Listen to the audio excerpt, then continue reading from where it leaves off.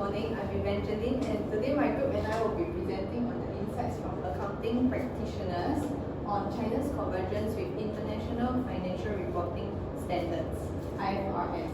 So these are the table of contents that we'll be going through today. To start off, I'll be talking about the background of the convergence. So the convergence with IFRS is an efficient way to establish the legitimacy of Chinese accounting standards (CAS). However, like other emerging economies, China faces challenges relating to local context. Contextual issues like the political and economic environment have an impact on the success or failure of IFRS implementation. It is important to research into accounting practitioners as convergence with IFRS requires joint efforts by regulators, standard setters, financials, business community, and most importantly, the accounting practitioners. Through a survey of Chinese accounting practitioners, the study seeks to show 4 key issues. So these will be further discussed by my group member. Moreover, the study of Chinese accounting practitioners' views on IFRS convergence is important because they are deeply involved in the convergence and their views offer timely first-hand information on issues in the convergence process. Moreover, the studies also better informs the accounting standard setters to review the implementation of IFRS and provide due consideration when developing international accounting standards and when assessing the effectiveness of the IFRS implementation. Moving on to the transition of CAS to IFRS. Prior to the economic reform in 1978, China adopted a unified accounting system (UAS) to support its planned economy. However, the UAS became a barrier for China in attracting foreign investment because it could not reflect the capital gain, profit distribution, and investors struggled to understand the financial reports prepared by Chinese economies. In 1983, the accounting division of MOF issued the accounting system for Sino-Foreign Joint Ventures for trial, and it was later amended as the 1985 Joint Venture Accounting System. Then in 1992, the Joint Venture Accounting System was reformed to become the 2 standards and 2 rules, which marks the end of the UAS that has been in use for 43 years. Last but not least, in 2006, IASB and MOF made a joint announcement in recognizing the substantial convergence of 2006 CAS with IFRS. The purpose to converge with IFRS was to assist Chinese companies to reduce the cost of raising capital in foreign markets, which contributes to a global expansion in the Chinese companies. Additionally, the financial statements prepared by IFRS help Chinese companies to gain legitimacy and enable international investors to better understand the financial reports of the Chinese companies. Now I'll hand over the time to Lester. Thank you, Evangeline. I will now be talking more about how professional judgment is an issue towards China's convergence with the IFRS. On the table 4, you can see that 28 out of 33 senior financial managers who participated in the survey agree that there is, due to China's unique context and professional judgment, these 2 are the key problems towards China's convergence with the IFRS. 25 senior managers also agree that there is a lack of accounting professionals with experience in the international financial reporting in China. On the next slide, you can see that 33 out of 32 senior financial managers agree that accounting specialization knowledge as well as professional judgment are the key skills required by professional accountants, followed by effective communication skills, critical analysis of Western accounting concepts, and their adaptability towards the Chinese context, and the English language proficiency in accordance to their perceived importance. Next, due to China's strict regulations, their accountants are more focused on rules rather than their personal professional judgment, causing them to have underdeveloped judgment skills.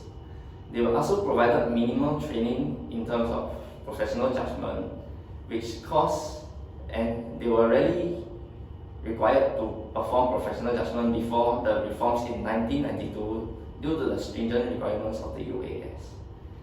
Opportunistic companies also use the government's allowance for judgment to manipulate their earnings, and these are the key issues for professional judgment towards China's convergence with the IFRS. Professional judgment is crucial for a principles-based accounting like the IFRS. Although there is an increasing number of Chinese accounting professionals with overseas qualifications, we are still unsure whether how many of them are able to have already made it to senior financial managerial roles within Chinese listed companies.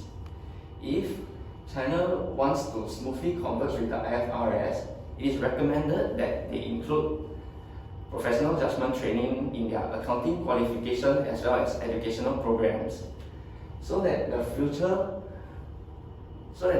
generation of accountants are able to proficiently deal with international financial reporting.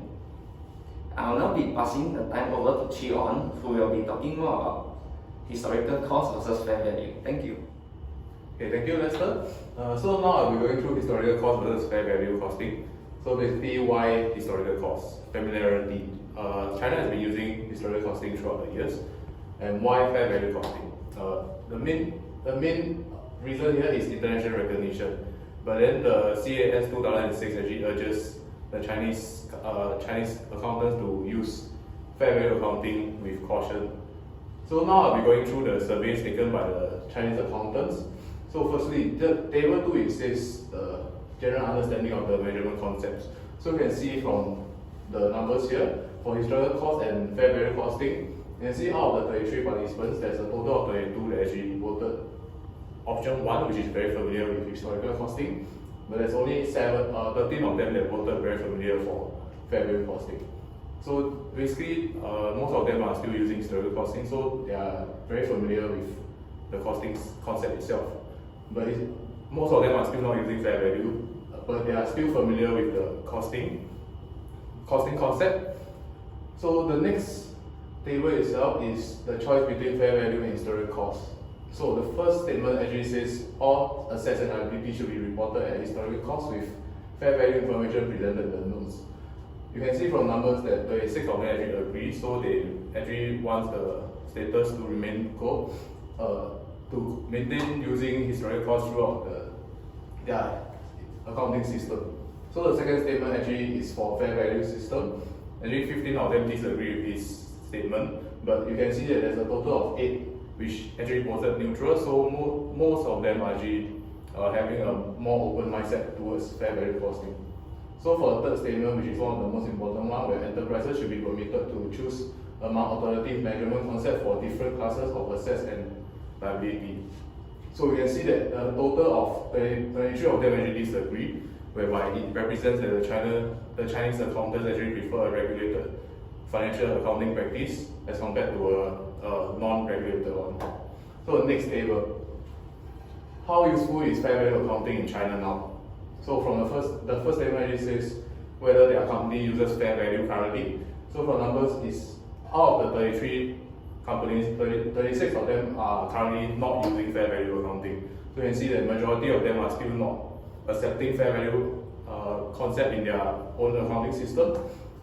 So for the third statement actually is why they are not using fair value accounting. So fair value accounting provides China company with more opportunities for earnings management. So earnings management actually represents that they are able to manipulate the financial information to cover underlying performance or to affect decision with regards to the financial information provided.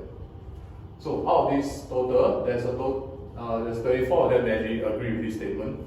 So they actually feel that this will provide a more unofficial or non-regulated system as compared to what they want. So that is why most of them are still not using fair value accounting.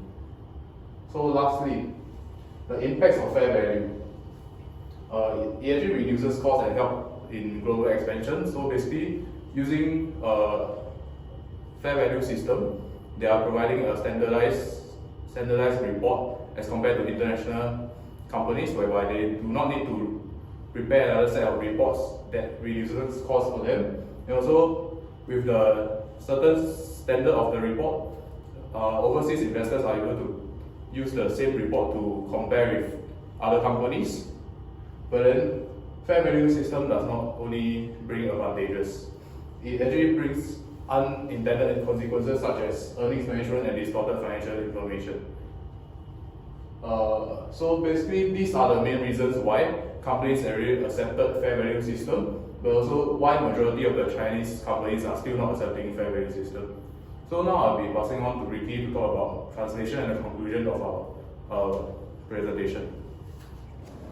Thank you, Jion. Now I'll be talking about translation of IFRS. Translation of IFRS to other language poses threat to the comparability. This is because in the interpretation and application of foreign language concept is problematic in the accounting practice. As argued in Evans et al., where new concepts are formed, new terms may have to be created. However, because of the new concepts, these new terms might not be meaningful in the respective accounting tradition. Despite efforts to translate by the IASB and the countries involved, there is finding that those outside the Anglo-American culture remain less familiar with the IAS or the IFRS. According to researchers, it is said that IFRS favors countries similar to the Anglo-American culture. Because of the main influence of Anglo-American culture in developing the IFRS, and also because English is the official language of communication within the IASB, those countries have to overcome this situation with more training courses, and the availability of the technical support. So now I'll be talking about the conclusion. At political and economical level, China integration with the global market has led to the removal of China's old accounting system, UAS, and the emergence of the new accounting system based on the Western developed countries. China companies are now facing global and domestic pressure to produce good financial reports that are deemed useful for the investor. The study found that Chinese accounting standard has converged with the IFRS, except in some areas that are unique to China institutional environment. Historical costing accounting dominates the accounting practice in China, as not many companies choose to use the fair value of accounting. Culture and translation is also a challenge in implementing the IFRS. Since China has a very different culture with the Anglo-American, which has a main influence in developing the IFRS, and the fact that professional translation is needed since English is the main language used to communicate within the IASB. Lastly, the contextual factors continue to challenge the successful to integrate IFRS in China. IFRS requires interpretation and judgments and practice. If accounting professionals are not well trained, educated, inexperienced, and unfamiliar with IFRS, then the IASB may need to consider more technical supports by developing more guidance on the application of IFRS and reduce the scope of free choice in IFRS. So that's all from our presentation. Thank you.